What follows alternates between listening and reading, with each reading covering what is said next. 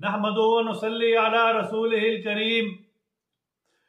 حضور صلی اللہ علیہ وسلم کی زمانہ کے بعد سب سے بہترین زمانہ صحابہ اکرام رضی اللہ تعالی عنہم اجمعین کا ہے، سلف صالحین کا ہے، تابعین کا ہے، تبع تابعین کا ہے۔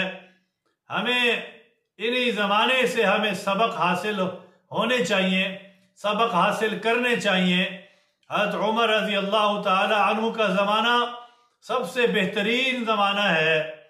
حضرت عمر رضی اللہ تعالی عنہ کے زمانے میں ایک شخص، گنہگار شخص اور شرابی شخص اپنے بغل میں شراب لیے ہوئے آ رہا تھا۔ اس کی بوتل میں شراب تھی اور بغل میں چھپا کر آ رہا تھا۔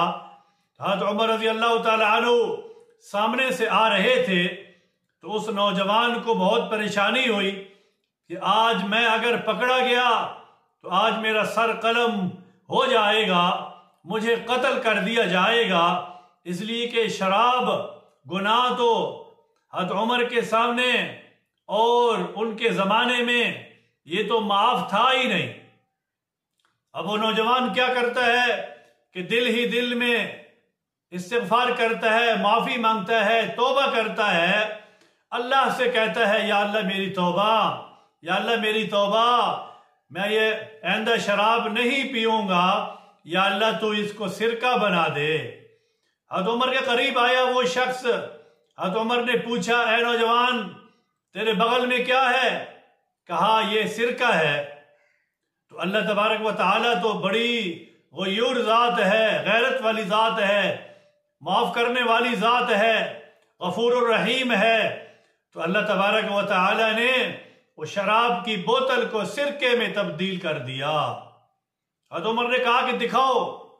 وہ نوجوان وہ بوتل دکھاتا ہے، حضرت عمر دیکھتے ہیں تو وہ سرکہ ہوتا ہے۔ حضرت عمر عنہ نے کیا کہا اس نوجوان سے کہ جاؤ جاؤ، میں سمجھا تھا کہ یہ شراب ہے۔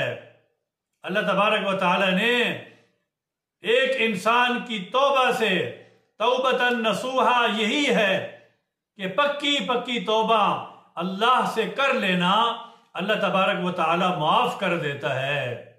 آج ہم دیکھیں ہم سے گناہ ہوتا ہے تو ہم بھی معافی مانگتے ہیں، ہم تو ایسے ہی مذاق میں ہی اللہ سے کہتے ہیں اللہ میری توبہ، اللہ میری توبہ، پھر وہی انہی گناہوں میں لگ جاتے ہیں۔